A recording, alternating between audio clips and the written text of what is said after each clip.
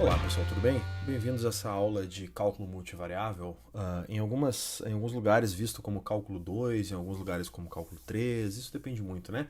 Mas cálculo multivariável é aquele cálculo que depende de mais de uma variável, tudo bem? Bom, para falar de cálculo de mais de uma variável, vamos falar primeiro de conceitos básicos de apenas uma variável, tá? Para a gente entender tudo o que acontece. Imagina que você tem um eixo x e y e que você tem um ponto qualquer nesse eixo, beleza? Esse ponto, para nós, sempre foi, né, um ponto formado por coordenadas x e y, né? Então ele vai ter ali um p de xy. Esse ponto vai ter um valor de x, um valor de y, e é assim que a gente se localiza nesse sistema de coordenadas. Até nenhuma novidade para nós.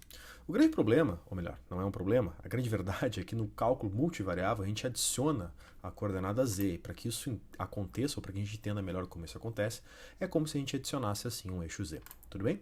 E esse eixo z, a gente pode ver que para valores daquele ponto bem central ali no meio do vídeo, é um ponto em que nós temos o valor de x igual a zero, y igual a zero, como nós tínhamos anteriormente, e agora para cima daquele ponto valores de z positivos e para baixo daquele ponto valores de z negativos, tudo bem? Então agora não importa de onde a gente olha, de onde a gente veja isso, a gente vai estar vendo mais ou menos dessa maneira, tá? O nosso ponto fixo xy anterior e agora um novo ponto z, que nesse caso do exemplo eu coloquei positivo, tudo bem? E para colocar positivo, obviamente, né, eu estou adicionando aí genericamente do lado, a gente pode ver aqui do lado superior direito, tá? Um P de x, y e z agora também. Então a gente vai se localizar, ou vai se posicionar no espaço 3D, por isso que eu chamei ali em cima de posicionamento 3D, a gente vai se posicionar com três coordenadas. As duas x e y que nós sempre tivemos, tá? Quando a gente fala de um plano cartesiano normal, e é por isso plano, né? E agora nós vamos falar do espaço 3D, tá? A gente precisa colocar mais uma coordenada. Essa coordenada é o z, tudo bem? Bom, seguindo aqui, se a gente olhar bem, com carinho para isso, o que isso acontece? Não importa de onde a gente olhe, não importa o ângulo que a gente veja, a gente vai estar vendo sim esse z também. Tudo bem? Para entender um pouco melhor isso, a gente vai retomar um conceito muito simples que a gente já conhece. Então ali quando a gente tem x e y, né, ou a gente tinha e a gente chamava de plano cartesiano, não é à toa que é plano, a gente também continua tendo em 3D ou no espaço 3D um plano, só que agora o plano é um plano definido por todos os valores de x e y possíveis quando z é igual a zero. Tudo bem? Então, óbvio que se z for igual a 1, nós estaremos falando de um plano paralelo, a gente vai ver isso depois, mas se z for igual a 2, mas para valores livres de x e y, é só isso que acontece, tá bem? Então a gente vai ter x e y livres e z é igual a zero, tá? Esse é o plano z0 ou plano xy que nós sempre conhecemos. Tudo bem? Acontece que se agora a gente zerar outros valores que não o z, a gente tem outros planos diferentes. Por exemplo, numa nova perspectiva, a gente pode encarar aqui um plano conhecido como plano y igual a zero, tá? Ou, preferencialmente, como quiserem chamar, o plano x e z, ou seja, valores de x e de z livres e valores de y sempre igual a zero, tá? Então, assim, a gente começa dentro do espaço 3D, dentro de um ponto de agora 3 coordenadas, começa a definir valores. É necessário a gente entender quem são esses planos no primeiro momento, tudo bem? Então agora nós temos o plano y igual a zero. Assim como, só faltou dizer x igual a zero, se a gente tiver o valor de x igual a zero, a gente tem o plano x igual a zero ou o plano yz, tá? Isso é bem natural para nós. Tudo bem? Então assim, são três planos extremamente bem definidos e que cortam o espaço 3D, né, formando para nós novas maneiras e novas perspectivas de olhar esse espaço. Tudo bem? Então, quando a gente continua olhando agora para esses nossos três eixos, agora antes eram dois, né? Nós temos agora três eixos, tá? No primeiro, a gente tinha, melhor dizendo, né, quando a gente falava em plano, a gente tinha quadrantes. Lembra que nós tínhamos o primeiro quadrante, segundo quadrante, terceiro e quarto quadrante? Que eram quadrantes para valores diferentes de x, y e obviamente diferentes no sentido dos seus sinais, né? Ou seja, quando nós tínhamos x positivo e y positivo, nós tínhamos o primeiro quadrante, por exemplo. Tá? Então agora nós vamos definir octantes, e justamente por octante o nome vem de 8, porque nós teremos aqui uma combinação dos sinais x e y e z, que agora temos três coordenadas, né? Então nós teremos aqui o primeiro octante, que eu coloquei aqui embaixo, à esquerda, tá? Eu chamei de octante 1, tá? Ou primeiro octante, que é o octante cujos valores tanto de x, de y e z são positivos, tudo bem? Então aqui qualquer ponto que tenha três coordenadas positivas estará presente no primeiro octante, tá? Quando a gente gira uma única coordenada, e a gente imagina agora que, por exemplo, só a coordenada de x virou negativa, nós estaremos falando agora do segundo octante, tudo bem? E a gente continua isso, né? Se a gente girar agora mais uma vez e fazer com que a coordenada também de y seja negativa, nós estaremos falando agora de menos menos mais, ou ainda do terceiro octante. Repare que a única que não mudou é a coordenada de z, ou seja, nós ainda estamos com valores superiores lá da origem, bem no meio ali, estamos com valores acima ou para cima daquela origem, ou seja, para valores de z positivos sempre. Tá? E agora vamos mudar mais uma vez, tá? Estou tornando x a ser positivo, e nós teremos a seguinte configuração: nós teremos mais, menos e mais, e teremos assim o quarto octante. Tá? Então são posicionamentos que a gente aprende quando a gente trabalha com coordenadas 3D, né? Que são os 8 octantes. E alguém vai dizer assim, pera um pouquinho, tu só falou de 4. Eu sei, mas tem mais outros 4. Por exemplo, quando eu volto e coloco tudo positivo exceto o z. Então eu vou lá para baixo e falo do octante número 5, ou seja, quando x e y são positivos, porém z é negativo. Então agora eu começo a ir para baixo daquela origem na vertical, ou seja, para valores de z negativos. Tá bom?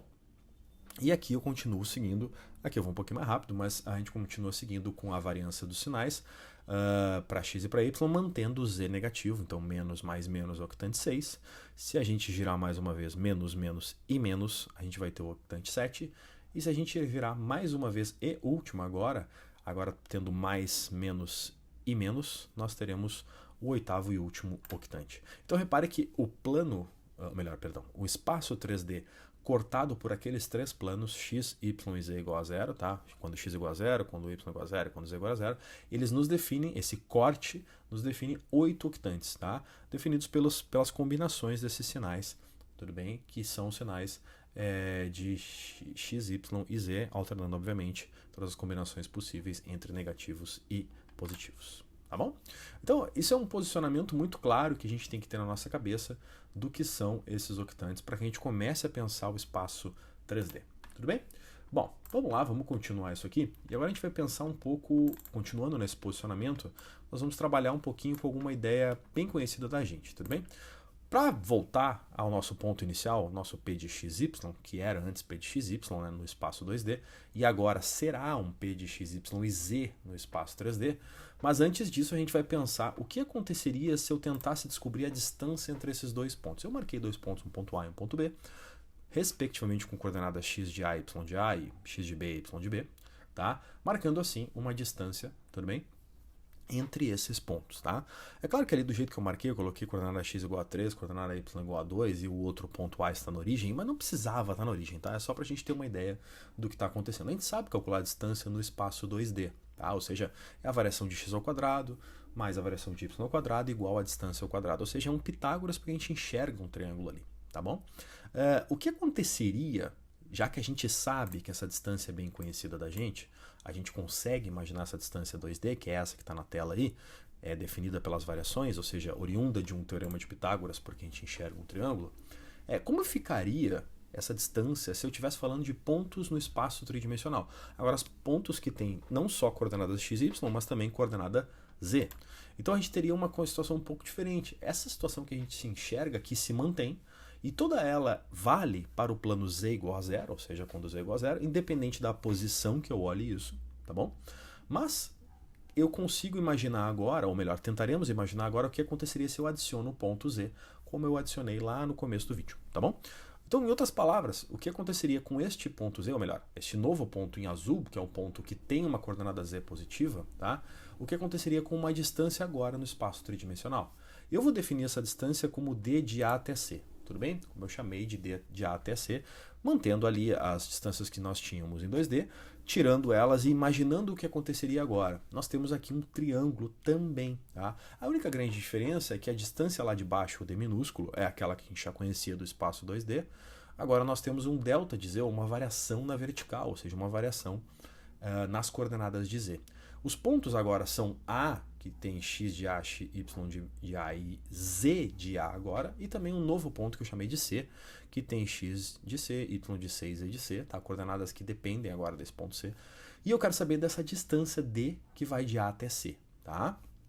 Então, como a gente faz para determinar isso? É muito simples, na verdade, isso vem de uma variação, essa variação que está na tela, oriunda também de um teorema de Pitágoras, porque, de novo, nós temos um triângulo retângulo ali, tá destacado para nós, tá? E que nós temos que um cateto é o d minúsculo, o outro é a variação de z.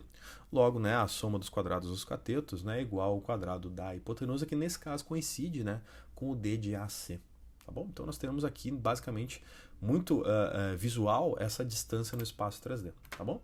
Que a gente vai, né, colocando aqui as variações, a gente sabe que d quadrado é a distância oriunda lá de um Pitágoras, a gente tem que o d maiúsculo ao quadrado é pura e simplesmente todas as variações de x, de y e de z, todas elas elevadas ao quadrado e depois todas elas somadas, tá? E a distância por si só, agora basta que nós tiremos a raiz disso tudo, né? Definindo quem são essas variações. E nós teremos como distância essa última fórmula, né? Que é a raiz da variação de x ao quadrado, mais a variação de y ao quadrado, mais a variação de z ao quadrado também, tá bom? Isso é para nós a nossa distância no espaço tridimensional. Não muda quase nada, só de grande diferença que nós temos que adicionar uma variação na vertical, ou seja, uma variação na parte nova que é o z. Tá? Então nós teremos ali o z de A menos z de C ao quadrado colocado dentro da raiz também. Tudo bem? Tudo isso é derivado de um Pitágoras, né? Nunca deixou de ser um Pitágoras, tudo bem? Porque esse plano, esse eixo z, ele parte na vertical do nosso antigo plano XY. Por isso forma um ângulo de 90 graus e, portanto, esse triângulo retângulo. Tá? Assim a gente pode usar um Pitágoras. Tudo bem? Então é bem simples a gente imaginar o que está acontecendo aqui nesse caso bem específico. Tá bom? É muito legal de ver isso, é muito legal de perceber o que aconteceu de fato aqui. Vamos marcar um ponto qualquer no espaço, tá? Um pontinho verde, vamos marcar um pontinho azul qualquer e vamos pensar na distância entre esses pontos, tá? Esse ponto necessariamente não precisa estar na origem, tá? Se a gente olhar para esses dois pontos agora no espaço, a gente pode até olhar as perspectivas dele no plano z, y, como está aqui agora na tela, mas também, mesmo eles estando no espaço, a gente também pode olhar lá de cima e ver o que seria, né, na antiga perspectiva x e y, tá? Seria mais ou menos assim. Tá bom? Mas o fato é que agora eu tenho uma distância entre esses dois pontos, que cada ponto tem 3 coordenadas, pois estamos no espaço 3D. Eu vou definir esses pontos claramente aqui como sendo 0, 5, 1 e 2, e o outro ponto B, 1, 2 e 4, só para a gente calcular um exemplo. Uma vez que a gente conhece agora a formulação da distância entre dois pontos no espaço, basta que a gente substitua. Então, se a gente precisar de distância no espaço, é bem tranquilo de fazer. A gente substitui dentro da forma que nós mesmos deduzimos, tá? E a gente consegue calcular esses valores. Então, substituindo esses valores, nós temos justamente aqui este resultado, tá? Vai dar exatamente raiz de 5,25, tá bom? Que se a gente colocar aqui um valor um pouco aproximado, vai 2,291287. E mais alguns valores que eu não coloquei na tela, mas enfim. Então, a gente consegue imaginar essa distância agora, né? Bem definida nesse nosso espaço. Tudo bem? Então não tem nenhum mistério para nós agora, distância no espaço 3D. Tá? Ela é muito similar à distância no plano ou à distância em espaços 2D. Tudo bem? Tranquilo, né? Bom, para a gente terminar a aula introdutória de cálculo multivariável, vamos falar um pouquinho de uma parada chamada extrusão. Tá? O que é extrusão? Eu quero que vocês imaginem novamente aqui uma função no plano, tá? Eu vou pegar uma função muito simples, tá? Muito conhecida de todos nós. Eu vou pegar a função x ao quadrado, tá? É claro que a função x ao quadrado é uma parábola, muito bem conhecida, definida como está na tela, tá? Acontece que agora, para falar de extrusão, que é até uma palavra não muito bonita, mas o conceito é relativamente simples, para a gente falar disso, a gente precisa entender o que aconteceria se eu enxergasse essa parábola no espaço 3D, mesmo ela estando no plano XY. E o resultado disso é pura e simplesmente essa ideia que nós vamos colocar aqui agora. Então eu tenho uma função y que é igual a f de x, mas se eu enxergá-la no espaço 3D, eu vejo desta maneira. Tudo bem? Independente da posição que eu olhe nesse espaço 3D. Aquela função ela continua, entre aspas, presa no plano XY, porque ela foi definida no plano XY, tá bom? Mas, reparem que se a gente parar para pensar o que aconteceria se eu pegasse e colocasse a mesma parábola para valores diferentes de z. Então o primeiro está no plano, tá? Seria o valor de z igual a zero. O segundo, que eu coloquei aqui pontilhado, poderia ser, por exemplo, z igual a um valor positivo, depois z igual a um outro valor positivo. Depois eu posso colocar para valores negativos de z também, tudo bem? Então o primeiro plano, ou presa no primeiro plano, está a função x ao quadrado, que é, como eu coloquei aqui neste plano específico que eu acabei de desenhar na tela, é o plano z igual a zero, tá? Aquele plano que nós conhecemos lá do começo da aula, tá? Mas o fato é que se eu pegasse a mesma função agora pontilhada para um valor de z maior do que zero, por exemplo, z igual a 1, eu teria a segunda parábola ali presa no plano z igual a 1, ou sei lá, uma parábola, a mesma parábola presa em z igual a 2, tá? Ou ainda se eu imaginasse para valores negativos de z, se eu tivesse um plano mais inferior, né? Ou seja, lá embaixo. Tudo bem? Z igual a 1, menos 2, menos 1 e assim por diante, tá? O fato é que quando a gente pensa em valores, né, a gente só está definindo esse x ao quadrado no espaço 3D. Se não colocarmos outros valores, nós dizemos que z, nesse caso, é livre. E se z for livre, a gente tem que imaginar uma infinidade de parábolas uma em cima da outra, bem dessa maneira. Tá? Então isso, por definição, é aquilo que nós definimos como extrusão. Então se a gente chamar z variável livre nesse caso, onde eu tinha antes x quadrado, tá? Como sendo a definição de uma parábola no plano xy para z livre agora, então o que acontece? Né? Y igual a x quadrado ou y igual a f de x é uma relação, né, de uma função nesse caso, mas pode ser uma relação também de y com x. Mas o fato é que se é uma relação de y com x, a pergunta que fica é cadê o z, né? Então é justamente isso que nós estamos falando. Extrusão é quando a gente imagina que a variável que não aparece é livre, e se ela é livre, ela pode assumir qualquer valor. Então é por isso que a gente imagina essa infinidade de parábolas, uma em cima da outra, como a gente está vendo aqui, causando aquilo que a gente chama de variação vertical, justamente porque é uma variação em z, né? E aquilo que a gente vai imaginar também como um formato tipo cilindro. Tá bom? Mas o fato é que isso não ocorre pura e simplesmente para ou apenas para z livre. Tá? Isso ocorre também para valores diferentes de z, por exemplo, y livre ou x livre. Vamos ver agora, por exemplo, o que aconteceria se nós tivéssemos, por exemplo, uma relação muito clara aí de z com y. Por exemplo, z em função de y, tudo bem? Presos, obviamente, no plano x igual a zero. Tá? Então, seno de y é uma função muito conhecida da gente. Claro que a gente imagina mais seno de x, mas quando a gente olha por essa perspectiva, a gente vê que a gente sabe do que estamos falando. É uma função trigonométrica conhecida, é o seno. Tudo bem? Só que agora nós estamos com o eixo vertical igual a z e com o eixo horizontal igual a y. Tá?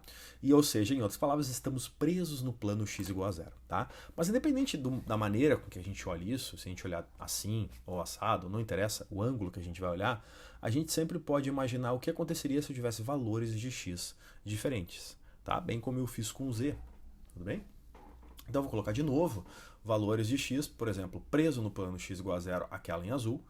Agora, para valor de x igual a 1, eu teria aquela segunda pontilhada, e uma mais aqui, mais perto da gente, uma x igual a 2, ou seja, a mesma função no plano x igual a 2, e assim por diante. Então, de novo, eu fico imaginando o que está acontecendo aqui é uma relação de z com y, só que no espaço 3D, se não falarmos nada, ela pode assumir qualquer valor de x. Então, são uma infinidade, tratam-se, né, de uma infinidade de funções senos, tá, que assumem quaisquer valores de x. Então, a partir da primeira, a gente consegue montar todas essas infinitas funções senos, tudo bem? Ou seja, x é livre, tá? Como a gente está vendo aqui no canto superior direito. Tá? Isso se chama extrusão, quando uma variável é livre, tá bom? Então aqui nós temos uma relação, partimos com uma relação de y e x, agora usamos uma relação de z e y, e agora falta uma última, só para a gente ter uma noção, que é uma última relação, que é a relação justamente de z com x, tudo bem? Para que eu tenha, obviamente, y livre. Então aqui eu vou colocar uma relação mesmo, e não uma função, né? Um círculo, né? De raio 1, tá? Então uma relação de x com z, tá? Que é essa relação aí que está na tela para nós, tudo bem? Então a gente imagina um círculo, como a gente conhecia. Então aqui isso está dizendo o quê? Que eu tenho x quadrado mais z quadrado igual a um círculo de raio 1 preso no plano, né? Y igual a zero. Mas, de novo, se eu imaginar outros círculos, nós estaremos, né, pensando o que aconteceria se eu variasse esses valores. Então, óbvio que para y igual a zero, esse plano que está na tela, ou y igual a 1, esse plano que está na tela agora, tá? Ou y igual a 2 e assim por diante. Ou também valores de y, né, negativos, como por exemplo y igual a menos 1 e consequentemente y igual a menos 2. Tá? Então assim eu estou variando esses valores, mas o que eu quero provar com isso é que se y for livre, né, o que nós vamos imaginar é que a partir do primeiro círculo de raio 1 nós temos infinitos círculos, tá, para todos os valores de y, ou seja, em outras palavras, nós teremos um cilindro infinito, né, formando assim com y livre uma extrusão em y. Tudo bem? Então eu acho que já é muita coisa para a gente se acostumar, mas é uma boa ideia daquilo que a gente pode imaginar de um cálculo multivariável, tá? Para a gente começar se posicionando, ou seja, quanto é uma distância, quanto é o que é uma extrusão, o que é um plano, um octante e assim por diante. Tudo bem?